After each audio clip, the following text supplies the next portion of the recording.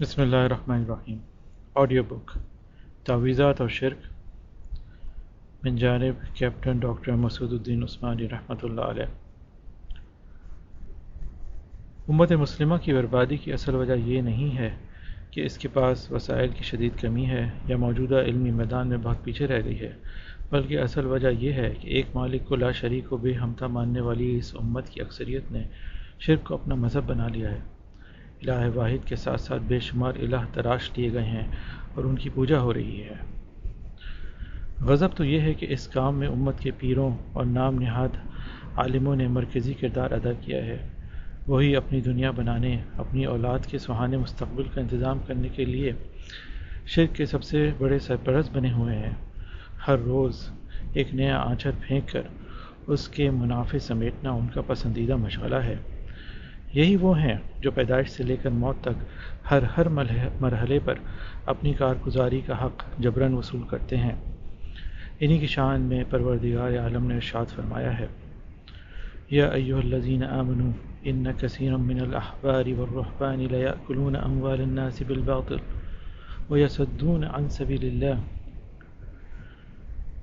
ترجمہ: اے ایمان والو، ان مولویوں اور پیروں کی اکثریت کا حال یہ ہے کہ وہ لوگوں کا مال باطل طریقوں سے کھاتے ہیں اور اسی پہ بس نہیں کرتے بلکہ ان کو اللہ کے راستے سے بھی روک دیتے ہیں۔ سورہ توبہ آیت 34۔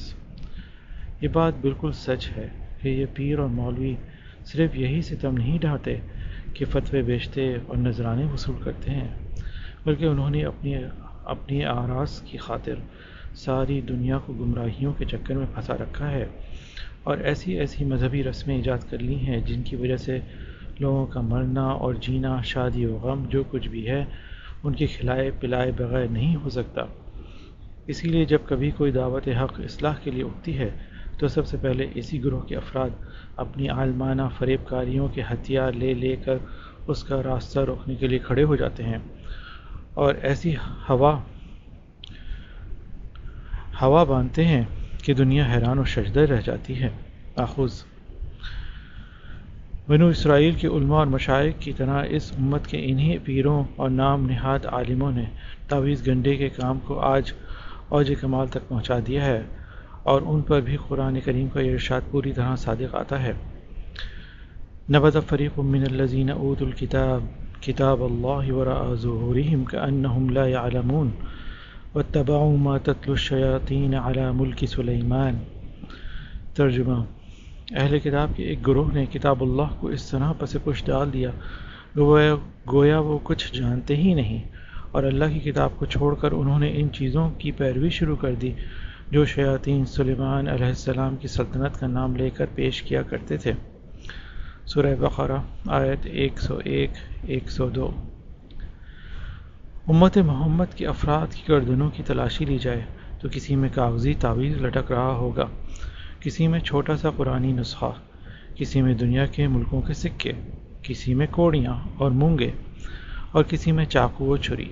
یہ سب چیزیں اللہ کے بندوں کے عقیدے میں ان بلاؤں سے بچانے اور بیماریوں سے محفوظ رکھنے کے لیے ہوتی ہیں۔ اب ان چیزوں کے بارے میں رسول اللہ صلی اللہ علیہ وسلم کے ارشادات بھی سنتے چلیے۔ ابو داؤد کی حدیث ہے، عبداللہ ابن مسعود رضی اللہ عنہ روایت کرتے ہیں، میں نے رسول اللہ صلی اللہ علیہ وسلم کو کہتے ہوئے سنا ہے کہ دم، تعویذ اور طولہ سب شرک ہیں۔ بعض قسم کے دم جن میں شرکی الفاظ نہیں تھے، نبی صلی اللہ علیہ وسلم نے ان کی رخصت دے دی، مگر تعویذ یا طولہ کی بالکل اجازت نہیں دی۔ آج کل تعویذ کی طرح طولہ محبت کی تعویذ کا رواج بھی بہت عام ہو گیا ہے۔ یہ مرد اور عورت میں محبت پیدا کرنے کے لیے استعمال کیا جاتا ہے، چاہے کوئی عورت کسی دوسرے کے نکاح ہی میں کیوں نہ ہو۔ ایک دوسری روایت میں یوں آیا ہے، مسند احمد میں ہے، عقبہ بن عامر الجہنی روایت کرتے ہیں کہ نبی صلی اللہ علیہ وسلم کے پاس ایک جماعت آئی۔ نبی صلی اللہ علیہ وسلم نے ان میں سے 9 سے بیعت کر لی اور ایک کو چھوڑ دیا۔ لوگوں نے کہا، اے اللہ کے رسول، آپ نے 9 سے بیعت لے لی اور ایک کو چھوڑ دیا؟ ارشاد فرمایا، اس لیے بیعت نہیں لی کہ وہ تعویذ پہنے ہوئے ہے۔ یہ سن کر ان صاحب نے ہاتھ اندر ڈال کر تعویذ توڑ ڈالا۔ اب نبی صلی اللہ علیہ وسلم نے ان سے بھی بیعت لے لی اور فرمایا جس نے تعویذ لٹکایا اس نے شرک کیا۔ کیا یہ حدیث نہیں بتاتی کہ ہر قسم کا تعویذ ناجائز ہے؟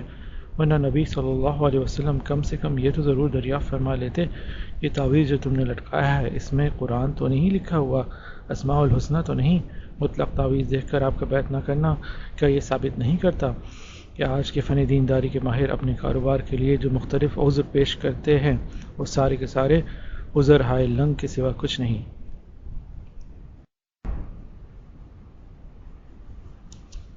بیماری کا تعویذ۔ عیسیٰ بن حمزہ فرماتے ہیں کہ میں عبداللہ بن حکیم کے پاس عیادت کے لیے گیا، وہ حمرہ سرخ بادہ کی بیماری میں مبتلا تھے۔ میں نے ان سے کہا کہ آپ حمرہ کے لیے تعویذ کیوں نہیں لیتے؟ انہوں نے کہا تعویذ سے اللہ کی پناہ، رسول اللہ صلی اللہ علیہ وسلم نے ارشاد فرمایا ہے کہ جس نے کوئی بھی چیز لٹکائی تو وہ اسی کی چیز کے سپرد کر دیا جائے گا۔ سنن ابو داؤد۔ معلوم ہوا کہ بلاؤں سے بچنے، بیماری دور کرنے اور تکلیف ہٹانے کے لیے جو تعویذ استعمال کرے گا اللہ تعالیٰ اس سے کچھ مطلب نہ رکھے گا اور اس شخص کو اسی تعویذ اور گنڈے کے سپرد کر دے گا۔ یہاں بھی وہی بات ہے کہ ایک تابعی بہرحال مشرکانہ تعویذ کا مشورہ نہیں دے سکتے تھے، مگر صحابی رضی اللہ عنہ مطلق تمیمہ کے بارے میں نبی صلی اللہ علیہ وسلم کی حدیث بیان کر کے تعویذ سے اللہ کی پناہ مانگتے ہیں۔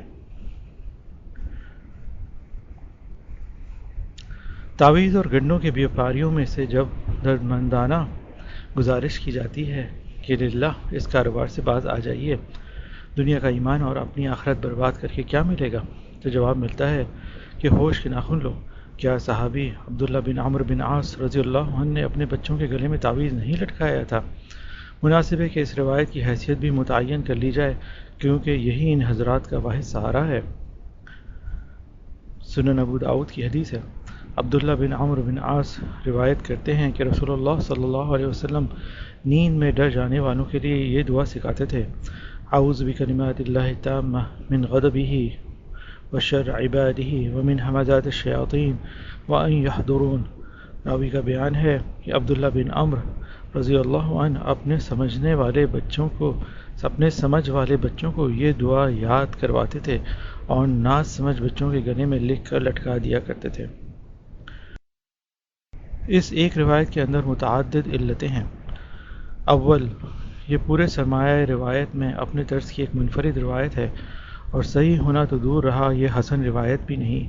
امام ترمذی جو تصحیح روایت کے بارے میں بہت ہی فراخ دل واقع ہوئے ہیں، اس روایت کو حسن بھی شمار نہیں کرتے بلکہ حسن غریب کہتے ہیں۔ دوسری علت اس روایت میں یہ ہے کہ عبداللہ بن عمرو بن عاص رضی اللہ عنہ کے متعلق یہ جملہ کہ وہ اس دعا کو نابالغ بچوں کے گلے میں لکھ کر لٹکا دیا کرتے تھے، حدیث کے الفاظ نہیں بلکہ راوی کی طرف سے یہ ایک مدرج جملہ ہے۔ تیسری علت، عبداللہ بن عمرو بن عاص جن کے بارے میں کہا جا رہا ہے کہ وہ اپنے کمسن بچوں کے گلے میں دعا کا تعویذ لٹکاتے تھے، خود نبی صلی اللہ علیہ وسلم سے تعویذ لٹکانے کی برائی میں صحیح حدیث روایت کرتے ہیں۔ یہ کیسے ممکن ہے کہ ایک صحابی کسی چیز کی برائی کی حدیث بھی روایت کرے اور دوسری طرف اسی چیز میں مبتلا بھی ہو؟ روایت یوں ہے، عبداللہ بن عمرو بن عاص رضی اللہ عنہ روایت کرتے ہیں کہ میں نے رسول اللہ صلی اللہ علیہ وسلم کو یہ کہتے ہوئے سنا ہے کہ اگر میں 3 باتیں کروں تو اس کے معنی ہے کہ اب مجھے حق و نحق کی کوئی پرواہ نہیں۔ وہ 3 باتیں یہ ہیں، اول تریاق استعمال کروں، 2 تعویذ لٹکاؤں، 3 شاعری کروں۔ علامہ ابن حجر اسقلانی کہتے ہیں یہ روایت عبداللہ بن عمر بن خطاب رضی اللہ عنہ سے نہیں بلکہ عبداللہ بن عمرو بن عاص رضی اللہ عنہ سے ہے اور اسی طرح ابو داؤد کے نسخوں میں ہے۔ مشکات میں غلطی سے عبداللہ بن عمر چھپ گیا ہے۔ تریاق سے مراد ہے کہ اس میں شراب اور سانپوں کا گوشت ہوتا ہے۔ چوتھی علت اس روایت میں یہ ہے کہ اس کے 2 راوی محمد بن اسحاق اور عمرو بن شعیب ایسے راوی ہیں جن پر ائمہ حدیث نے شدید جرح کی ہے۔ محمد بن اسحاق بن یسار، امام مالک فرماتے ہیں دجال من دجاجلہ، دجالوں میں سے ایک دجال ہے۔ سلیمان تمیمی کہتے ہیں وہ کذاب ہے۔ حشام بن عروہ کہتے ہیں وہ کذاب ہے۔ یحییٰ قطان کہتے ہیں میں اس بات کی گواہی دیتا ہوں وہ کذاب بہت بڑا جھوٹا ہے۔ وحیب بن خالد اس کو کاذب کہتے ہیں۔ جریر بن عبد الحمید کا بیان ہے کہ میرا یہ خیال نہ تھا کہ میں اس زمانے تک زندہ رہوں گا جب لوگ محمد بن اسحاق سے حدیث کی سماعت کریں گے۔ اب ذرا ایسے کاذب راوی کے بارے میں ائمہ حدیث کا نظریہ بھی ملاحظہ فرما لیجیے۔ تقریباً نووی میں ہے کہ جب محدثین کسی راوی کے بارے میں یہ کہیں کہ وہ متروک ہے یا واہی ہے یا کذاب ہے تو وہ راوی ساقط الاعتبار ہو جاتا ہے، اس کی روایت لکھی بھی نہیں جا سکتی۔ دوسرے راوی عمرو بن شعیب جو محمد ابن اسحاق کے استاد ہیں، ان کا معاملہ بھی اپنے شاگرد سے مختلف نہیں ہے۔ ابو داؤد کہتے ہیں کہ عمرو بن شعیب عن ابیہ عن جدہ لیس بحجہ، عمرو بن شعیب کی روایت اپنے باپ سے ان کی اپنے دادا سے حجت نہیں ہے، اور اس روایت میں ایسا ہی ہے، اور دوسری روایت میں یہ ہے کہ وہ آدھی حجت بھی نہیں ہے۔ یحییٰ بن سعید کہتے ہیں کہ عمرو بن شعیب ہمارے نزدیک وحی ہے۔ امام احمد کہتے ہیں عمرو بن شعیب کی روایت حجت نہیں۔ ابو زرعہ کہتے ہیں عمرو نے اپنے باپ سے صرف چند روایتیں سنی ہیں، لیکن وہ اپنے باپ اور دادا سے منسوب کر کے تمام غیر مسموع روایتیں بے تحاشا بیان کرتے ہیں۔ ابن حجر کہتے ہیں انہوں نے عن ابیہ عن جدہ کے طریقے سے کچھ بھی نہیں سنا، وہ کتاب سے نقل کر کے محض تدلیس سے کام لیتے ہیں۔ پانچویں علت یہ ہے کہ کسی صحابی کسی تابعی نے تمیمے کو جائز قرار نہیں دیا ہے۔ جو کہا جاتا ہے کہ بعض صحابہ بھی ان تعویذوں کو جائز سمجھتے تھے جن میں قرآن یا اسماء الحسنی یا اللہ تعالیٰ کی صفات لکھی ہوئی ہوتی تھیں، صحیح نہیں ہے، اور اس سلسلے میں عمر رضی اللہ عنہ، عبداللہ بن عمرو بن عاص رضی اللہ عنہ اور عائشہ رضی اللہ عنہا کا نام پیش کیا جانا سری ظلم ہے۔ حضرت عمر رضی اللہ عنہ کے متعلق یہ کہا جاتا ہے کہ انہوں نے ایک پرزہ بسم اللہ الرحمن الرحیم لکھ کر ایک صاحب کو دیا تھا کہ وہ ٹوپی میں لگا لیا کریں تو سر کا درد دور ہو جائے گا۔ ایک افسانہ محض ہے، اور یہی حال ہے اس قصے کا جو دریائے نیل سے متعلق ہے۔ عبداللہ بن عمرو بن عاص رضی اللہ عنہ کا پچھلے صفحات میں ذکر کر کے وضاحت کر دی گئی ہے کہ ان کی طرف تعویذ تمیمہ کے جواز کی نسبت صحیح نہیں ہے۔ اسی طرح ام المومنین عائشہ رضی اللہ عنہا سے متعلق یہ بات کہنا کہ وہ تعویذ کو جائز سمجھتی تھیں ایک سری بہتان ہے۔ ایسی ایک روایت بھی پورے سرمایہ حدیث میں موجود نہیں ہے۔ آگے آ رہا ہے کہ وہ شرک کی ساری شکلوں سے بے انتہا بیزار تھیں۔ سچی بات یہ ہے کہ کسی بھی قسم کے تعویذ کا جواز نہ تو نبی صلی اللہ علیہ وسلم سے ثابت ہے، نہ خلفائے راشدین سے، نہ کسی دوسرے صحابی سے۔ رہے تابعین تو ان کے فتوے یہ ہیں۔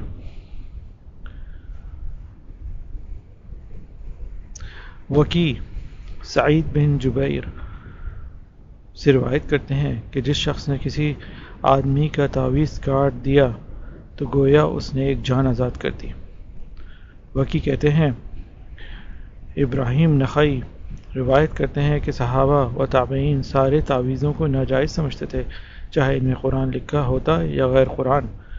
قرآن کریم اور اس کی آیتوں کے لٹکانے کے سلسلے میں بعض نادان یہ دلیل لاتے ہیں کہ کیا قرآن کو شفا نہیں کہا گیا، اور قرآن اگر شفا ہے تو اس کو لٹکانا کیوں شفا کا موجب نہ ہوگا؟ کوئی ان سے پوچھے کہ شہد میں شفا نہیں بتائی گئی، اب اگر کوئی شہد کو استعمال کرنے کی بجائے بوتل میں بھر کر پیٹ پر باندھ دے تو کیا ایسے کرنے والا دیوانہ نہ سمجھا جائے گا؟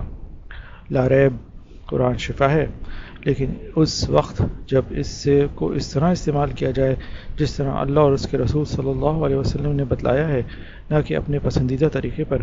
قرآن شفا اس وقت ہے جب سمجھ کر اس کی تلاوت ہو، اس سے نصیحت حاصل کی جائے، اس پہ تفکر و تدبر ہو اور اس کے مطابق اپنے عمل کو بنایا اور سنوارا جائے۔ جو شفا حاصل کرنے کے لیے قرآن کو تعویذ بنا کر لٹکاتے ہیں ان کی مثال ایسی ہے جیسے کوئی بیماری کی حالت میں ڈاکٹر کا نسخہ یا ڈاکٹر علاج کی پوری کتاب گلے میں لٹکا لے۔ انہی تعویذ اور گنڈے کا کاروبار کرنے والے قسم کے لوگوں کے لیے قرآن میں ارشاد فرمایا ہے وَمَا يُؤْمِنُ أَكْثَرُهُمْ بِاللَّهِ إِلَّا وَهُمْ مُشْرِكُونَ۔ ترجمہ، اور ان کی اکثریت اللہ کے ساتھ ایمان لانے کا اقرار کرنے کے بعد شرک بھی کرتی ہے۔ سورہ یوسف آیت 106۔ اسی وجہ سے علماء نے اس تعویذ کو بھی ناجائز قرار دیا ہے جس میں قرآن لکھا ہو۔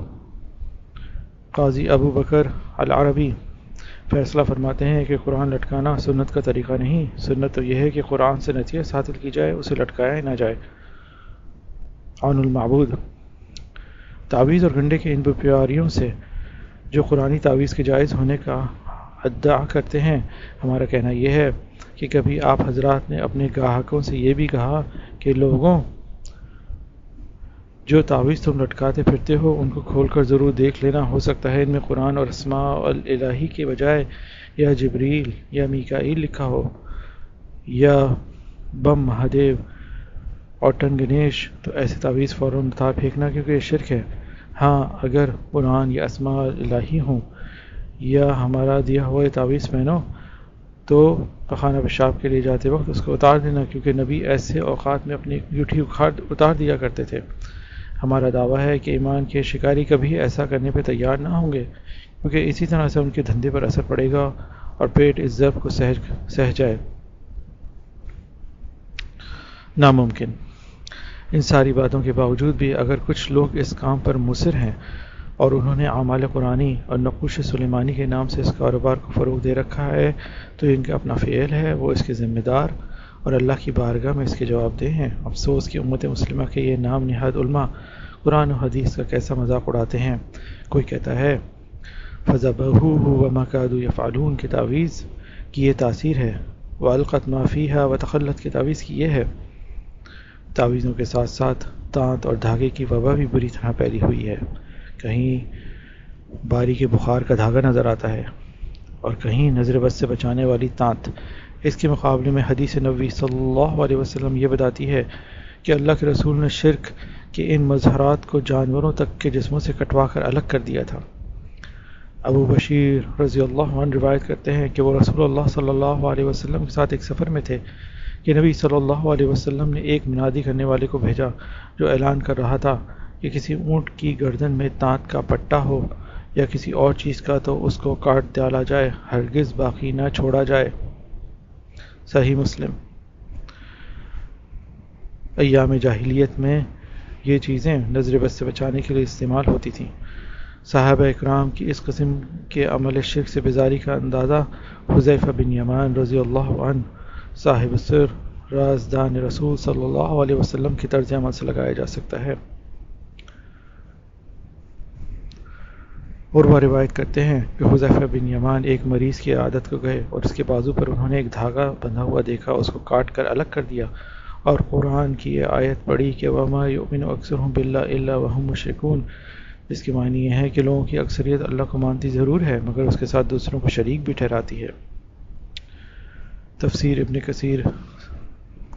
وکی کی روایت میں اضافہ ہے کہ حذیفہ نے اس مریض سے کہا کہ اگر تو اس حالت میں مر جائے کہ تیرے ہاتھ پہ یہ دھاگا بندھا ہو تو میں تیری نماز جنازہ نہ پڑھوں گا۔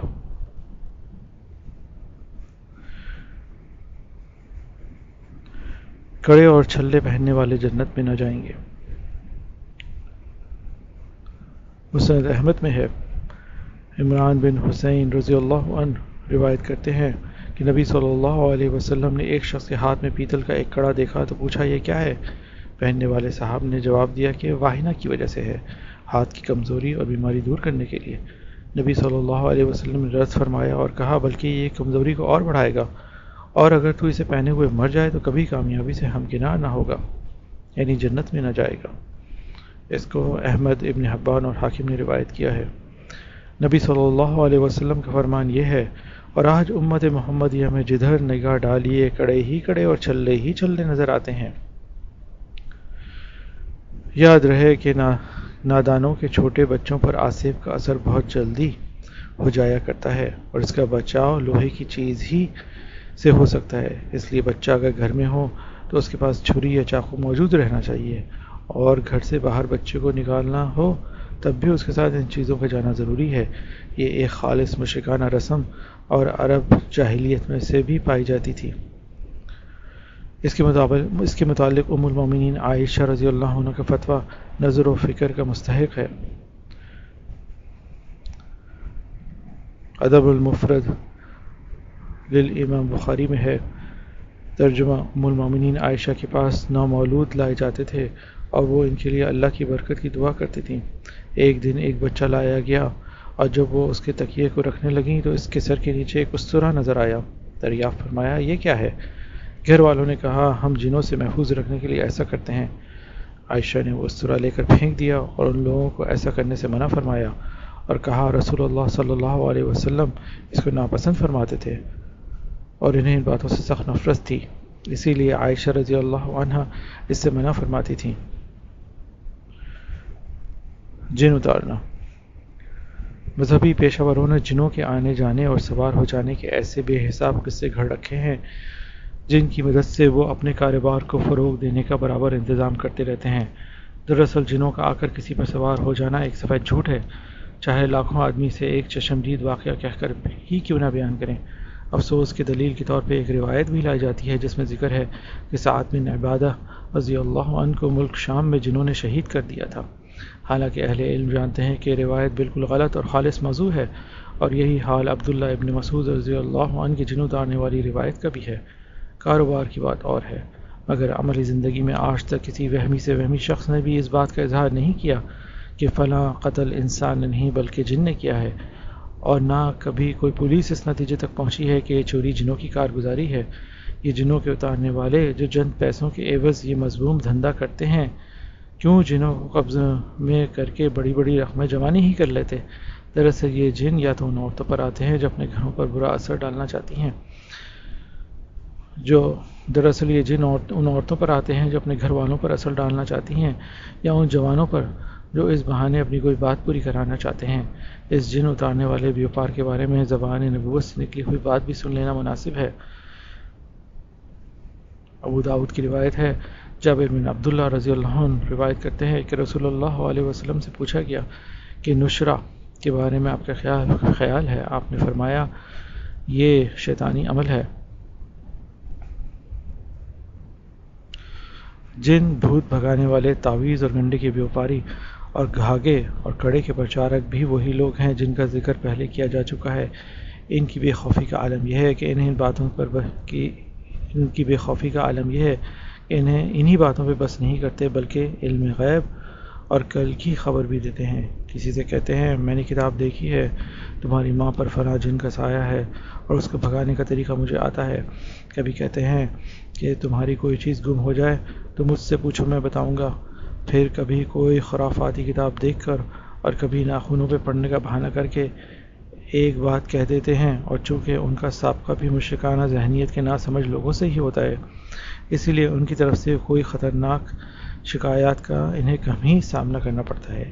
ایک ہی خاندان کے ایک شخص کو خود تعویذ دے کر اس کے دفن کرنے کی جگہ بتاتے ہیں اور دوسرے سے کہتے ہیں کہ فلاں جگہ تمہارے دشمن نے تعویذ دبا دیا ہے، جاؤ اس کو نکال پھینکو۔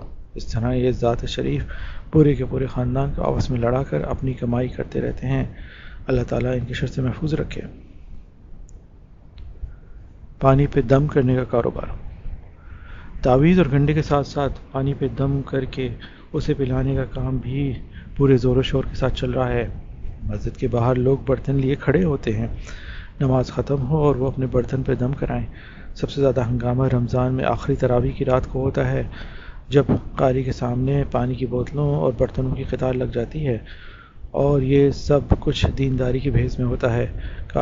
کاش نے کوئی یہ بتائے کہ نبی صلی اللہ علیہ وسلم نے جس چیز سے منع کیا ہے اس سے کسی قسم کی خیر کی امید ایمان ہی کے خلاف ہے، جائے کہ ایسے عمل سے شفا کی توقع کی جائے۔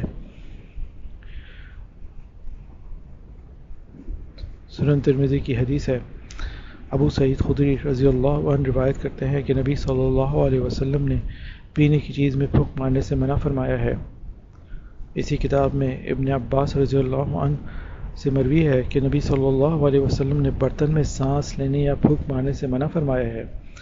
یہ دونوں حدیثیں حسن صحیح ہیں اور واضح کرتی ہیں کہ آج جو کام دینداری کے پردے میں کیا جا رہا ہے وہ حدیث نبی صلی اللہ علیہ وسلم کے بالکل خلاف ہے۔ پانی پہ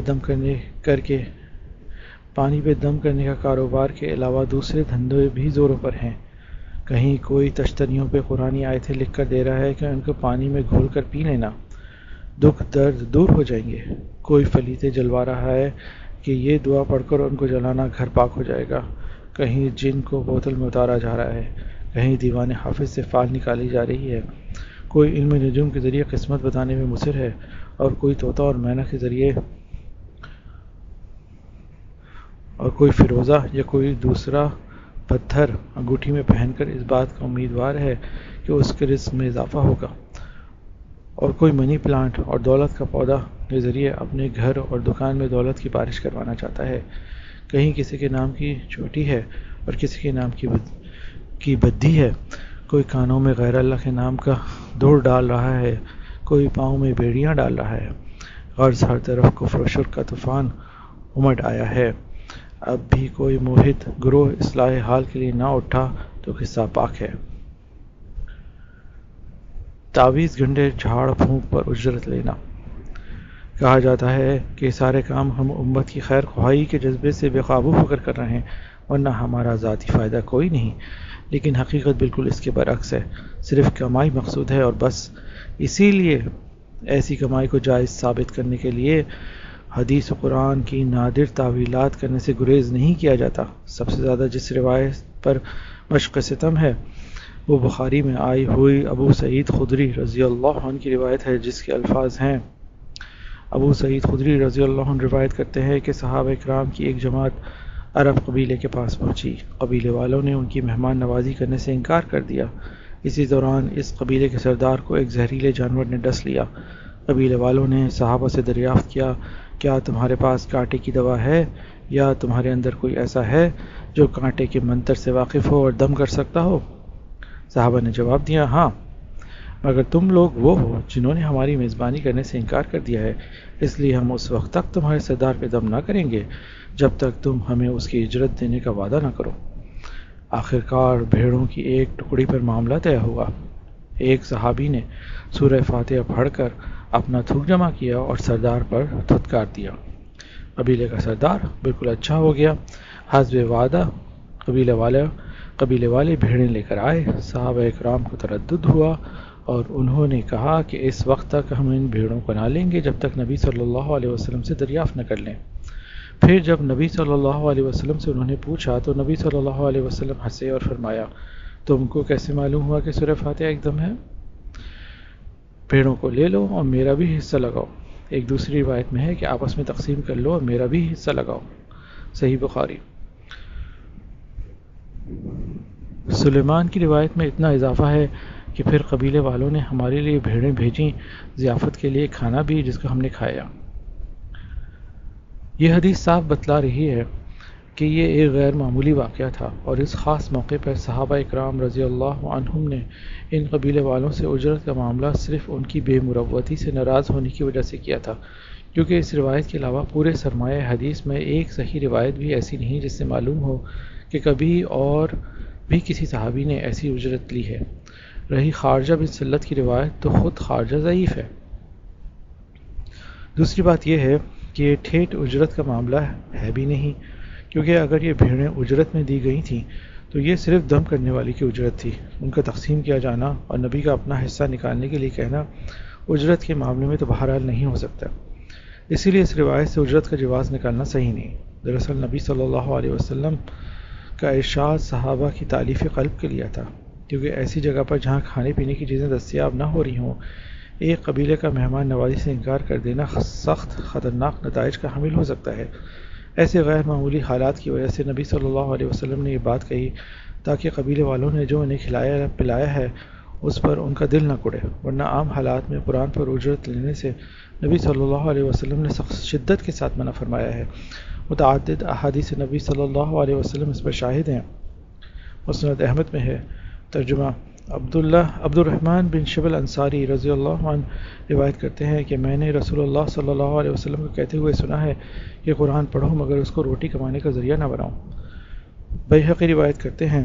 ترجمہ: بریدہ رضی اللہ عنہ روایت کرتے ہیں کہ نبی صلی اللہ علیہ وسلم نے ارشاد فرمایا، جس نے قرآن پڑھ کر لوگوں سے روٹی حاصل کرنے کا ذریعہ بنایا وہ قیامت کے دن اس صورت میں آئے گا کہ اس کے چہرے پہ صرف ہڈی ہوگی، گوشت نہ ہوگا۔ اس لیے امام بخاری اپنی صحیح بخاری میں قرآن کو روٹی کا کمانے کا ذریعہ بنانے کی گناہ کا باب باندھتے ہیں۔ باب اس من رعا بقراءۃ القرآن او تأکل به او فجر به، یعنی باب اس شخص کے گناہ کا جو قرأت قرآن کو ریاکاری کے لیے استعمال کرے یا اس کو روٹی کمانے کا ذریعہ بنائے اور اس کے ذریعے فسق و فجور کرے۔ ابو داؤد کی روایت ہے کہ عبادہ بن صامت رضی اللہ عنہ کو ان کے شاگرد نے، جس کو انہوں نے قرآن کی تعلیم دی تھی، تحفے کے طور پر ایک کمان دی تو نبی صلی اللہ علیہ وسلم نے فرمایا، یہ آگ کا توق ہے، اگر پہننے کا بوتا ہو تو قبول کر لو۔ ان صاف اور واضح احادیث کی روشنی میں حسن بصری کا فتویٰ بھی پیش نظر رہے تو زیادہ مناسب ہے۔ مرقات شرح مشکات میں ہے۔ ترجمہ: حسن بصری نے فرمایا کہ وہ پہلوان جو رسیوں کے اوپر ہوتا ہے ان علماء سے زیادہ بہتر ہے جو مال و دولت کی طرف جھک پڑتے ہیں، کیونکہ وہ پہلوان دنیا کو دنیا کے ذریعے کماتا ہے اور یہ علماء دنیا کو دین کے ذریعے۔ اب قرآن کو تعویذ کی شکل میں فروغ کرنے والوں، قرآنی تعلیم پر لوگوں سے اجرت وصول کرنے والوں اور قرآن کی تفسیر لکھ لکھ کر بیچنے والوں کو کچھ تو اللہ کا خوف کرنا چاہیے۔ سن رکھو، آج جو سزا اس امت کو مل رہی ہے وہ اسی شرک کی پاداش میں ہے، اور اگر اب بھی شرک کی ان ساری صورتوں سے توبہ کر کے توحید خالص کی طرف پلٹنے کی کوشش نہ کی گئی تو مکمل بربادی یقینی ہے۔ سورہ روم میں ہے: قُلْ سِیرُوا فِی الْأَرْضِ فَانظُرُوا کَیْفَ کَانَ عَاقِبَةُ الَّذِینَ مِن قَبْلُ کَانَ أَکْثَرُہُم مُشْرِکِین۔ ترجمہ: ان سے کہو زمین میں چلو پھرو اور دیکھو تم سے پہلے کتنی ہی بستیاں تھیں کہ تہس نہس کر ڈالی گئیں، ان کی اکثریت مشرک بن گئی تھی۔ ہاں، اگر ایمان کو شرک سے کلی طور پر پاک کر لیا جائے تو آج کی بدامنی امن میں اور ذلت عزت میں بدل سکتی ہے۔ سورہ انعام میں ہے: الذین آمنوا ولم یلبسوا ایمانہم بظلم اولئک لہم الامن وہم مہتدون۔ ترجمہ: جو لوگ ایمان لائے اور انہوں نے اپنے ایمان میں شرک کی ملاوٹ نہیں کی، انہی کے لیے امن و سلامتی ہے اور وہی راہ راست کو پا گئے ہیں۔ بخاری اور مسلم میں ہے کہ اس آیت میں ظلم کے معنی شرک ہیں۔ آؤ دعا کریں کہ مالک امت مسلمہ کو ان نام نہاد عالموں کے شر سے محفوظ رکھ اور ایمان خالص کی توفیق عطا فرما، آمین۔ آخر میں ہماری پکار یہ ہے کہ کیا کوئی ایسا ہے جو شرک کو مٹانے اور توحید خالص کو پھیلانے کے لیے ہمارا ساتھ دینے پہ تیار ہو، اور کہاں ہیں وہ لوگ جو صحابہ کرام رضی اللہ عنہ کے نقوش قدم کی رہنمائی میں باطل کو مٹا کر حق کے قیام کے لیے ہمارے ہم سفر بنے۔